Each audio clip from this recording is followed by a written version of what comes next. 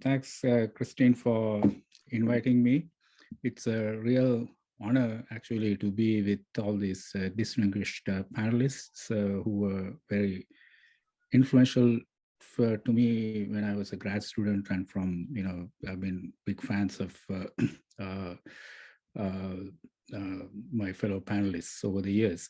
So it's a little bit daunting as well to kind of jump right in, but I think I have a few, and I should also, of course, say that, it's been a wonderful experience and real pleasure to have Christine as a friend and colleague at the University of Toronto. And so since she's come to Toronto and the University of Toronto, I've had the pleasure of participating in various events that she organized, conferences, reading groups, publications, and so on. So this and reading this book has been like a pleasurable continuation of all of that kind of activity. So my comments, I would like to sort of say something about first the form of the book, before I get into the content, because for many of you who may not have actually seen the book yet, I should say that I actually haven't read a book like this. I can't remember, something that is organized in this particular way, right? So the title of the book is, of course, Capitalism and Its Uncertain Future. And it has 40 chapters, right, divided into 5 parts. So there's a part 1, which is kind of a short introduction of 2 chapters. Basically trying to theorize, trying to survey, the various theories and perspectives of what we call capitalism, right? And then there's a more detailed, and in this, there are, there's a kind of, both of these chapters are focused on Marx, and but not only Marx, and but political economy, broadly speaking, more generally. And but with there's a first chapter on the foundations of a critique of capitalist theories, and the second one on what they're focused on, the problem of labor, right? And so this sets the stage for a survey of macro historical theories of capitalism, right? And then in that is the second section, and the third section, post-colonial theories of capitalism. Fourth section, theories of labor and capitalism again, and then part 5 is capitalism's uneven future, uncertain future. And the part 5, again, a short one of 2 chapters called Exploitation and Exclusion. So in each of these 40 chapters, what we have is a series of juxtapositions, of both famous and sometimes not so famous the theorists who have something to say on the nature of capitalism. And so I was really drawn to these juxtapositions because so for example, chapter 3, the first one in macro historical theories of capitalism, there's a, so juxtapositions are basically short bios of important and interesting people, right? So the chapter 3, for example, is, Frantz Fanon and Immanuel Wallerstein, right? And so, and to give you some more, and so what is really interesting is, there are, I think, several kinds of these pairings or juxtapositions, sometimes, triangulations, 3 people are brought into one chapter. And there's one exception, which is to this sort of general rule, which is the chapter 39, which is one of my favorite chapters, actually, the exploitative, and that is on the Dar es Salaam school, the great center of, intellectual production and political activity in the late 60s and especially early 70s, right? And the so some of the comparisons, or the juxtapositions of these short biographies, which basically comprise the whole book, right? From chapter 3 onwards, they bring, the two theorists into conversation with each other, two writers, and this makes them very interesting, so Franz Fanon, Immanuel Wallerstein, right? So this pairing, for example, tells us a great deal about the anti-colonial nature, of world system theory, as it is articulated in the works of Immanuel Wallerstein, so and because these are not just sort of explanations of keywords or purely theoretical kind of descriptions, but biographies. We also see here the how did Wallerstein come to write the kinds of things he wrote, right? So it is because of his travels in Africa, his meeting of Franz Fanon in 1960, the time he spent, in the Dar es Salaam school, in Tanzania, and so on and so forth, right? So it gives us this great historical, biographical kind of background to some of the most important critical theorists of capitalism. Right? So I really appreciate the way, the form of the book, the way it is set up, in these sort of comparisons, right? And conversations, right? So sometimes, it is between people from the north and the south, right? And sometimes, it is north, sometimes it's south, right? And like I said, there are various kinds of comparisons, so Friedrich Engels and Silvia Federici, for example, right? And Antonio Gramsci and Giovanni Arrighi, so the great theoretician of hegemony, and now then Arrighi, kind of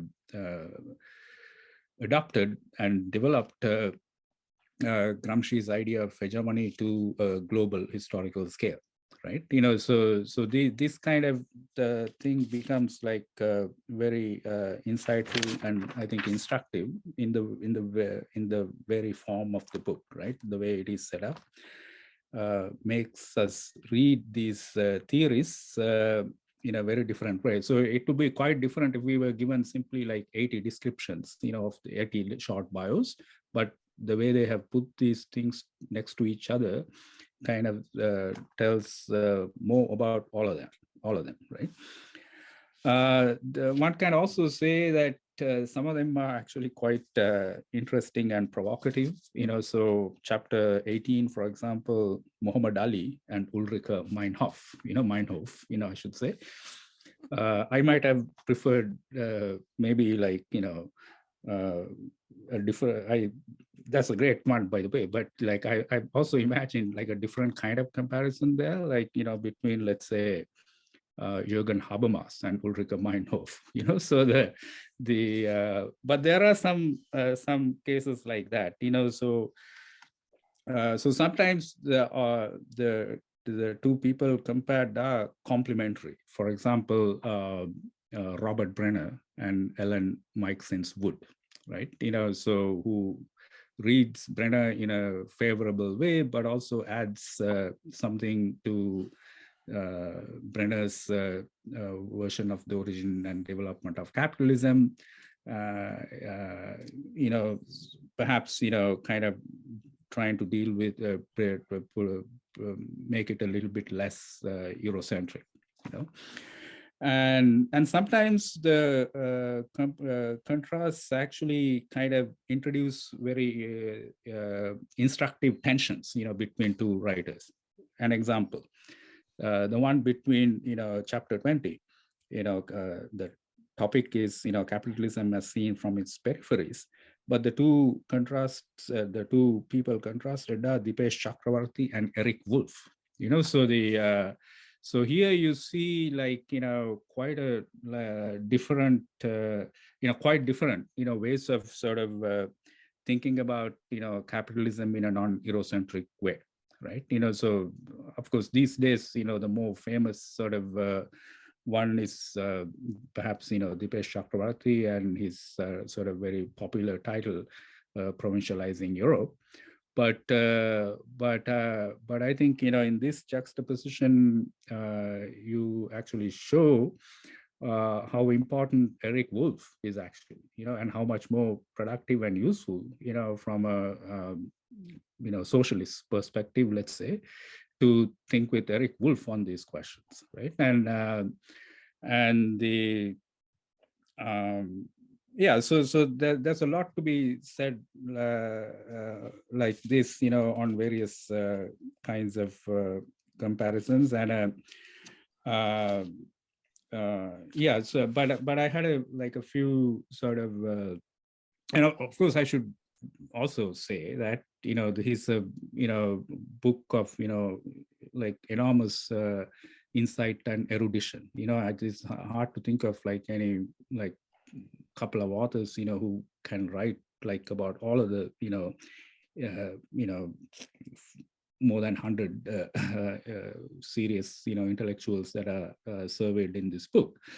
So it's a but of course, you know, we can kind of be you know, I can, yeah, let me preface this by saying that, you know, I really don't like, you know, people who review books and comment on them with the like all too predictable sort of response, hey, why didn't you write about my favorite critic, you know, or, you know, that kind of thing, you know. So but nonetheless, you know, I think the I may echo, you know, some things that have been already said in various ways, different ways by Nancy and Beverly, by say like, you know, as a geographer as well, okay, you know, like I think, you know, the whole kind of question of nature climate change, you know, could have been a little bit more centrally addressed, you know. So there is, of course, you know, one or two chapters where you get into this, but it is a kind of a, if you want to think about you know, this sort of system totality, you know, that we, you know, call capitalism with that short as a shorthand.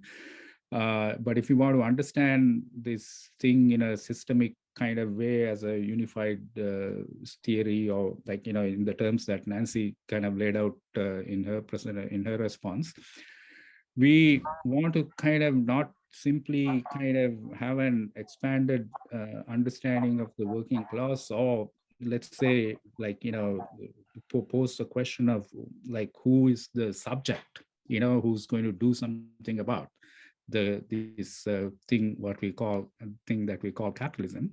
But we need to also bring into central focus the problem of nature, you know, the relationship of society to nature, right? And I say this because, you know, I know you have the resources to do this, you know, because, you know, so there are people who have emerged out of, you know, world system theory, including, I know, Christian, you know, friends such as Jason Moore and others have, like, you know, done this kind of work, you know, in conversation and debate with people like John Bellamy Foster and, you know, Andreas Malm and others. So, you know, when we kind of ask the question, what is the answer, what to do about the uncertain future of capitalism, you know, we need to kind of take the nature thing into like more serious focus. And, you know, the famous sort of, statement by Frederick Jameson, I think, that today it is easier for many people to imagine the end of the world than it is to imagine the end of capitalism, right? So we need to kind of find a way to deal with that, in my view. So this is not really like a criticism of your choice, but like if you wanted to add yet another section, convince the publisher in the second edition, to add a few more pages, this is what I would suggest, maybe one thing you could think about, but there's so much I have learned here, so the from this book, so the so I think one thing that I find instructive is, as somebody, who's from the South originally, at least, and has, been politicized, in the context of anti-colonial, anti-imperialist, within these kinds of sentiments. I actually found your part 3, post-colonial theories of capitalism section pretty interesting, including, that comparison between Deepesh and Eric Wolf, that I mentioned. So here, so it is hard for me not to notice that what you call post-colonial theories of capitalism are really like, you're looking at a generation of, anti-colonial, who thought of themselves as anti-colonial activists, right? So the generation of Fanon and, Nkrumah and all these people who, some of whom were, present, at in the University of Dar es Salaam when Wallerstein was and Arrighi passed through there, so so it's not your kind of usual, let's say, post-colonial theory, so it is very instructive again that you paired Frantz Fanon not with paired Fanon with Wallerstein and not with Homi Bhabha, right? Who is not in the book, and I'm totally fine with that. Okay, so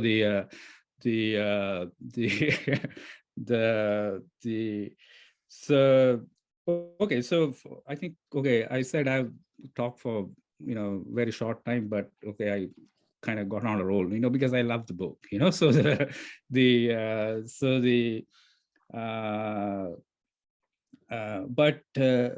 so but I'll throw you a question in the end, so for both of you.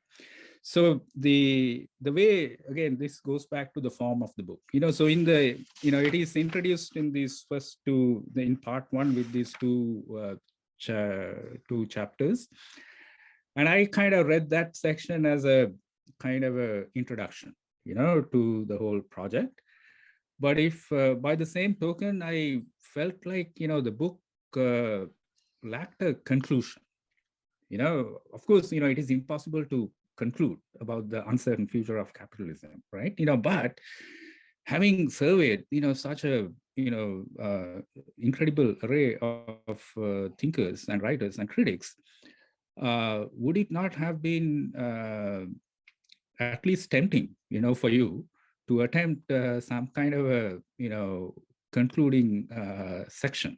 So of course, the final section is meant to be a concluding section, and it does raise an important question, which is the kind of the shift, like I would say, like, which you're kind of pointing there to something like a shifting balance, between exploitation and exclusion.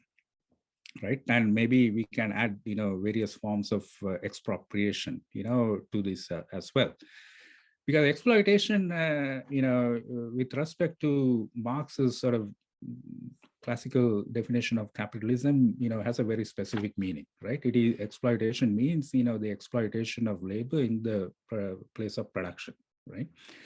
The extraction of surplus value.